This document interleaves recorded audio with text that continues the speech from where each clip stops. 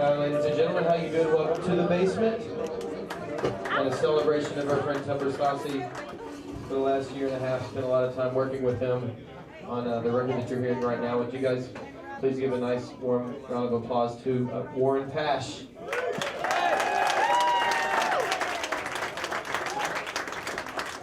Thank you so much, Michael.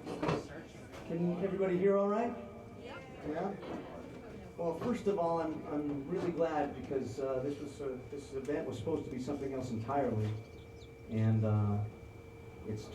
obviously it's turned into this, and I'm so glad that everyone who's here was able to make it. I know Tupper would be very, very happy to have you all here right now. I just want to say a couple things before we get this thing underway. First of all, what do you think of it? That's a new line. He was working on a clothes called Tupperware. No small thanks to Bud Bishop. We're working on that double-breasted. I had the good fortune of meeting Tupper about a year and a half ago, and we've been talking probably 2 or 3 times a day ever since. And in the mornings, somewhere between 8 and 9 in the morning, this is usually what happened when the phone rang. I picked up and I go, "Hello?" And I would hear, "Been out walking your cat?" And I'd go, "Well, no, he's here. Well, what are we going to do next with my career?" "Well, give me an hour or two and I'll come up with something." Anyway, what happened was, I'm trying to figure out how, sort of the order I want to say this few things in. But in any case, I found a single. I found a 45 copy of Morning Girl in a Salvation Army thrift store, and I was blown away by it. I happened to mention to Michael. He knew everything Tupper had been wearing since 1969. And it was kind of this stuff. But in any case, I had the strange good fortune of meeting him about 6 months later at a dinner party. And that's when we became friends. That was in September of 2005. And I went around trying to get people to hear these songs for a tribute record. I didn't realize then that that's probably what I'm going to be doing now. But at that time, I thought, let's get some local artists and young people to do these songs. In any case, we went into the studio to cut some tracks at this place down the road, House of David, and we were on, coincidentally, Liberace's piano. And there was a CD of the Neon Philharmonic leaning up against the wall. I thanked them for doing that, knowing that we were coming over there. I said, "No, that CD's been up here for months." They just were fans of his. So he sat down and he started playing the first song, and a couple of bars into the first song, the engineer and I looked at each other and we went, "I think we're making a Tupper record." So that's what we did. We made a Tupper record. And that's sitting there at the front. It's free. There's some copies of that and the story of Tupper's life from 1957 to now sitting next to it, a couple of pieces of paper, and there's also a book about Tupper's life, a part of Tupper's life, an interesting part. I'm sure you'll find that interesting. Anyway, he's not a man to be trifled with. I happened to find something on the internet the other day, and in May of '69, the WLS radio pop chart said that the #1 song was "Get Back" by the Beatles. The #2 song was "Love" by Mercy, and the #3 song was "Morning Girl" by the Neon Philharmonic. So he knew what he was doing. Speaking of which, he also hung out with some pretty hip people in LA, Andy Zaks being one of them, who took him to see the Polyphonic Spree for all you hipsters. And what Tupper had to say after seeing and hearing the Polyphonic Spree was, "It's interesting, sounds like the last 3 minutes of Hey Jude over and over and over again." Anyway, for me, every day was really, it was something I imagined, but I actually got to live it with Tupper. Every day for me with Tupper was like being in Paris in about 1963 with a Mac computer. I like the first part of it. Anyway, just to show you what a typical day would be like with Tupper, a week ago Wednesday, Jen Gunderman, who's going to be playing here tonight, was invited over to rehearse some songs with Tupper at the lovely Dorothy's. And she had an accordion with her, and Tupper sat there, and this is what a typical evening with Tupper would be. He sat there and he started writing these arrangements on the spot. He was jumping, he was literally leaping in the air with gusto and love for this music that he was being able to do with her.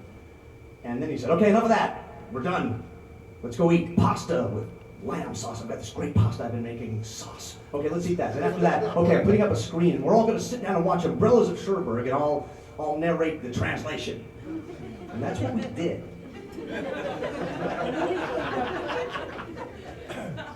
So, with everything Tupper was working on, the one thing I didn't understand, I couldn't figure out, is how did he find the time with all his different projects? Because he was constantly reworking and doing new things, and he was always working the past, the present, and the future at the same time. I did not understand how he found the time to die, to be honest with you. I don't know where he got it. But he was always working on new things. He was always thinking ahead. And he had a new song called A Girl That Moves Like April. And I find that very interesting that here we are at the end of March. When he wrote this song, I don't think Tupper or anybody had any idea that he was going to be still thinking ahead, even ahead in the calendar about life and what was coming up next. So it was pretty amazing to see all these trees turning pink and purple and red over the course of the last week and thinking about that song. Anyway, I know we have a lot to do, so I'm going to give it over to Michael and we'll get the show underway. But thank you for listening. My father died last Friday night, abruptly, as if punched by a gigantic cartoon kangaroo, while sitting in front of 2 computers and a keyboard, working on 8 or 9 different projects. It's a strange thing to say. The word that rings false in that sentence is died. Everyone in this room knows what words would fit more aptly and characteristically in its place. My father laughed last Friday, abruptly. My father had a new idea last Friday, abruptly. My father made a new friend last Friday, abruptly. My father called me, full of enthusiasm, last Friday, abruptly. Would that it were so. But this time the kangaroo won, abruptly.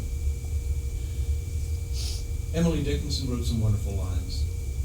Because I could not stop for death, death kindly stopped for me.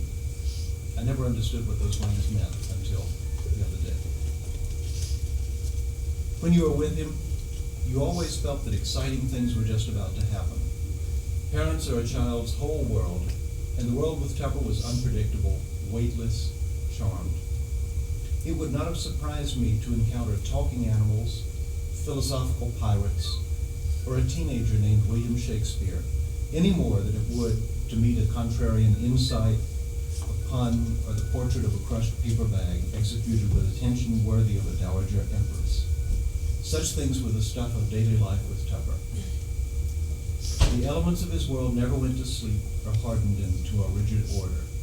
They were always up for recombination and surprise. Our house rang with music, laughter, and talk, as did every house he inhabited.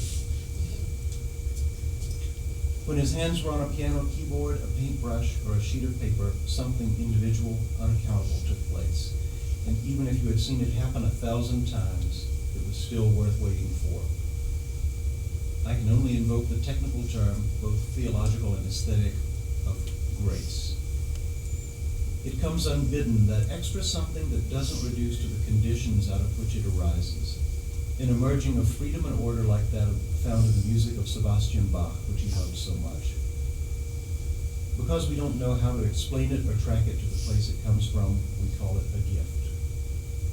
Not that his gifts could have gone far without intense, hard work. My father was a sociable man.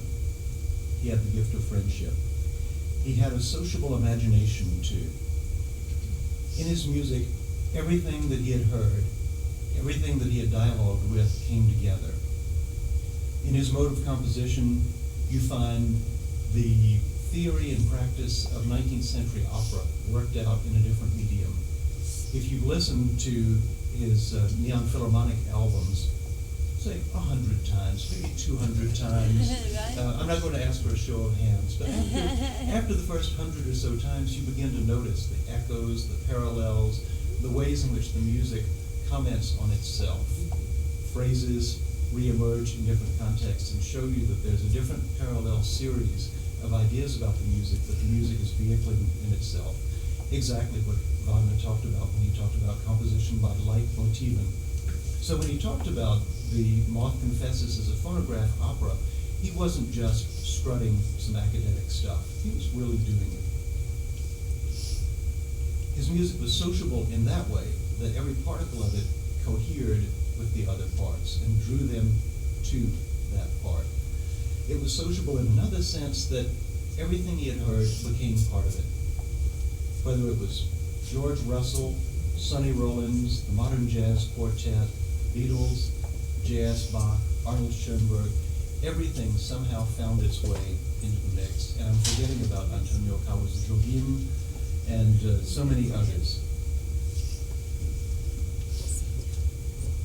He had a particular, sharp, demanding concept of freedom, one that led him to do things and put himself in situations that most of us would find intolerable. When he had persuaded himself of a truth, it became a moral necessity to do whatever that truth demanded. In this alone, he was inflexible. This morality of his was hard to understand. Many of us suspected him of being playful, or, as the IRS put it, frivolous. How wrong we were about that, events would show. 10 years of court dates, 10 years in hiding, 14 months in a federal prison. He hated to see other people deprived of their freedom too, whether they were captive to what he thought of as tyranny or enslaved by tyrannical appetites. Since all of us make compromises and barter away bits of our freedom, this made conflict inevitable, even with his closest friends. But he was less burdened with remorse and bitterness than any man I have ever known. He died happy and fulfilled at the height of his powers, with exciting things to do in his date book, hundreds of close friends, a small number of satisfying antagonists, and brilliant work yet to be accomplished. He never had to know what it is to be diminished, dependent, anything less than himself.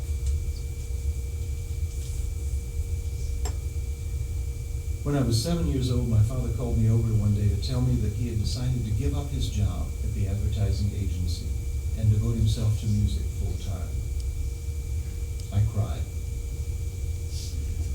I suppose it was fear of change, dread at losing the routines that punctuated my life and made it exciting, like riding the elevators in the L&C building that made my stomach wobble. But what I said then was that I was sad that there wouldn't be any more cow and kangaroo cartoons on the television. Those cartoons, famous among my first grade set, that made me so proud to be his son. He laughed and said, "Don't worry about that. Those commercials are going to stay on the TV. Nobody's going to take them away. They'll be there for years to come. They'll be there after I'm dead and gone." I recognize now one of the pitfalls of parenting. In trying to reassure me about one thing, he had given me something much bigger to worry about, something that had never occurred to me before, and that I still can't imagine could be true. But despite the inadvertent disclosure, he was telling me what he knew about art, what all artists know. Art goes on. The best of us breaks free of our lives and goes on to affect other people, strangers, people not yet born. Even music, which disappears the moment it's made, engraves itself on the memory and demands to be replayed and reperformed. It was his singular grace to live as if that projection of enchantment onto the future was the real dimension of his days, and to let everything else take care of itself. I know that we will never finish discovering Tupper Saucy. Thank you. This song, I guess playing it, when was the Neon Philharmonic recorded? I don't know, 1969. Playing it almost 40 years later. I know as a songwriter I'm pretty anxious to throw songs over my shoulder, but this one is a special song, and I really enjoyed the opportunity to learn this song, and I'm honored to perform it for you tonight. It's a long introduction, but it's kind of a short song, so. And I'm sorry I'm dressed like a Vietnam vet tonight. I took a nap, and when I woke up, I really had a really nice shirt that I was going to iron, and then there wasn't time.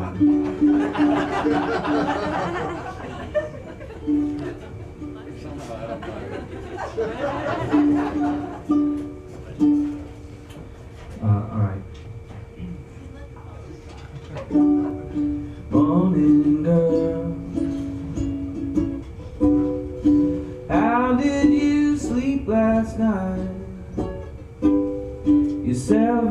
ages older now. Your eyes have started showing how the little girl's growing now.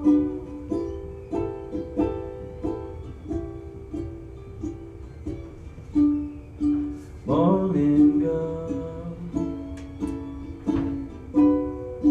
was that you last night, crying on the radio and begging for a way to go back where love wasn't jumbled so. Oh no, things are different now than they were before. You know love is more than kisses, a whole lot more.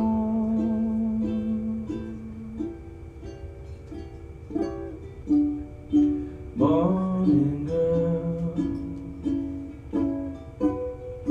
put your dreams away and read your box of Cheerios and powder puff that pretty nose and go out and find your man where the wild wind blows.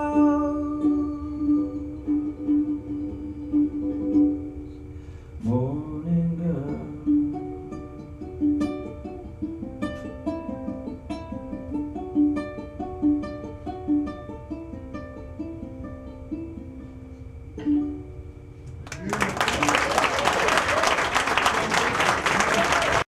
how much the minimal orchestration of that performance brings out everything that was already in the song, in the elegance of its composition that might be a little bit overwhelmed by the wonderful symphonic arrangement with which it came out into the world originally, with Pat McGuffey's soaring trumpet lines and harpsichords and I think 42 strings and God knows what else.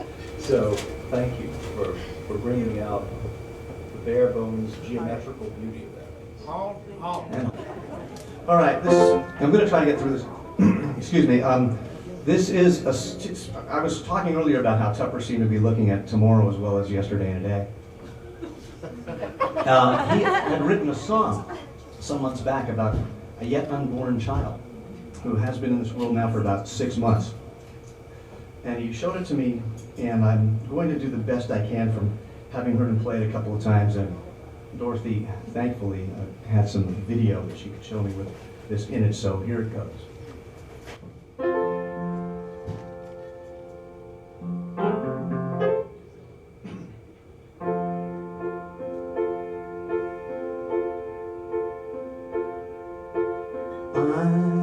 I'm so happy that you have arrived.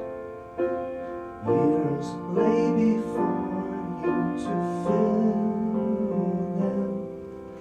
It's hard to imagine that I had a life before the coming of my sweet William. Sweet baby William, sweet baby William, sleep as I hold you in my loving arms. God in His strength smiles above you. You are my future, and I am your past, and that is why I love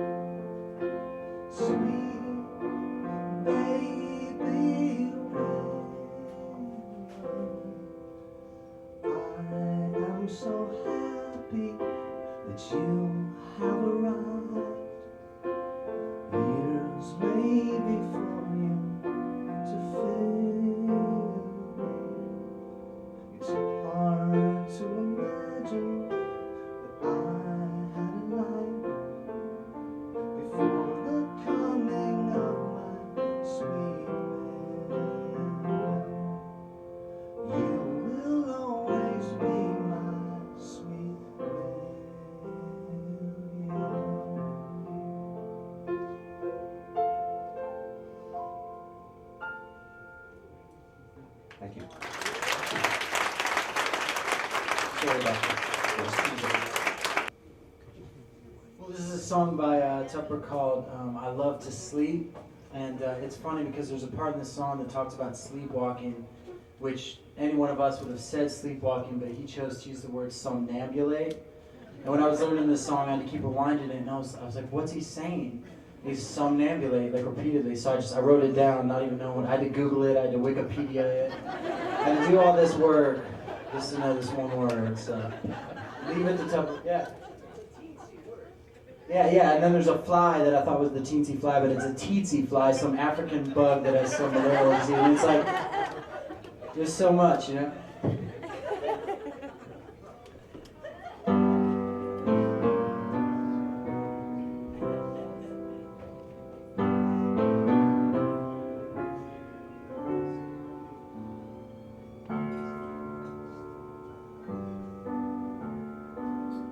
I love to sleep.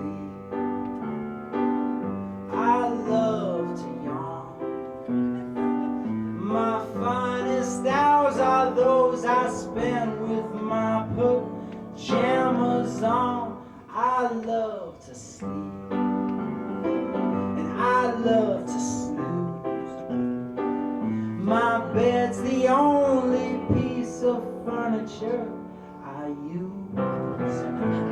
Turn out the lights, the TV too.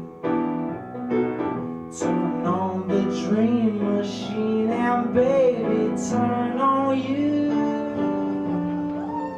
I love to sleep and I love to snore.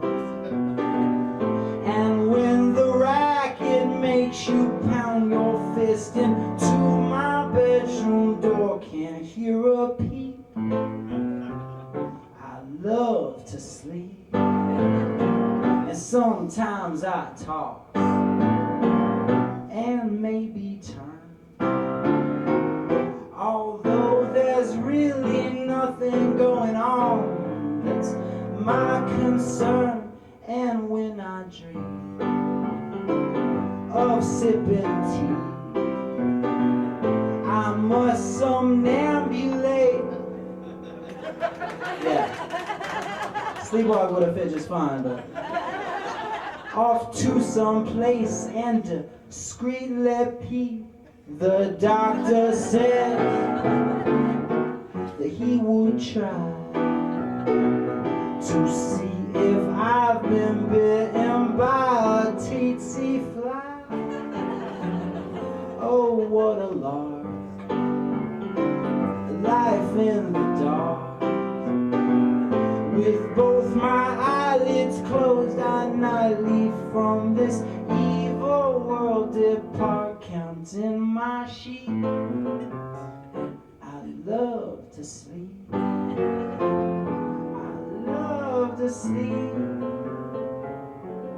I love to sleep.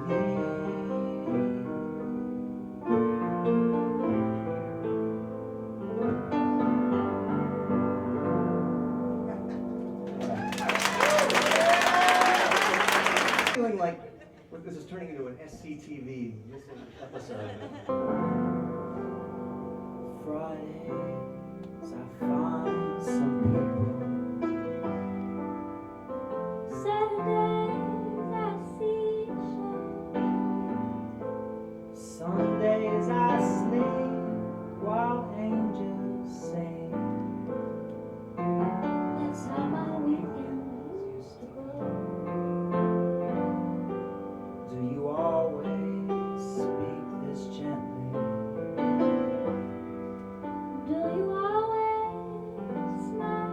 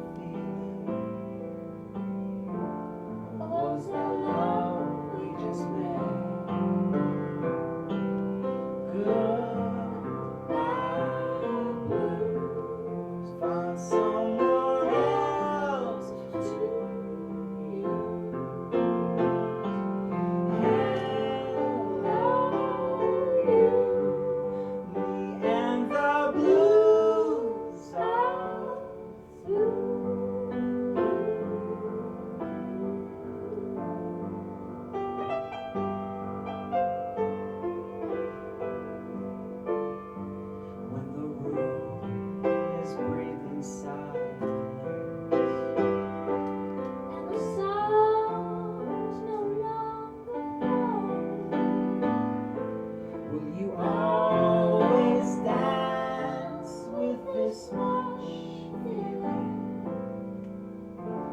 Was that love we just made?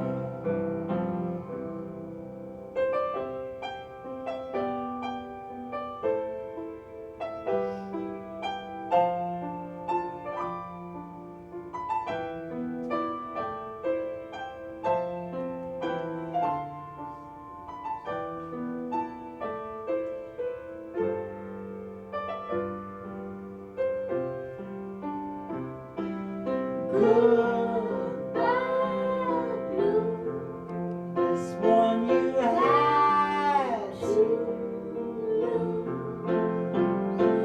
Hello, you. me and the blues. Blues are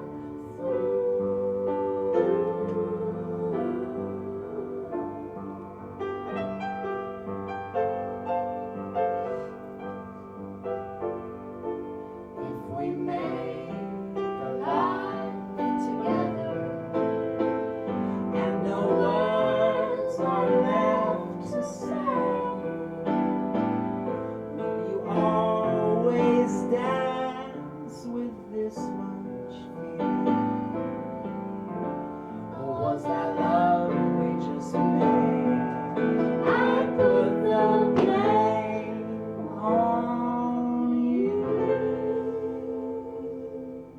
Me and the blues are through.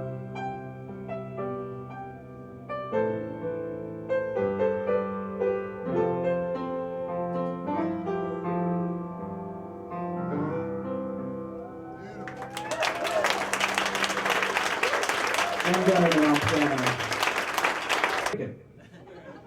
So, is that what we're about to do? We're gonna hear some stuff and be able to chat amongst ourselves again a little bit and listen to some music. Is that all right? Absolutely, let's do that. Well, how about one more hand for Daniel Tashin?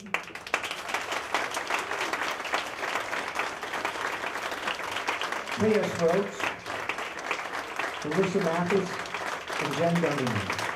We just threw this together the last minute for us. Thank you so much, all of you.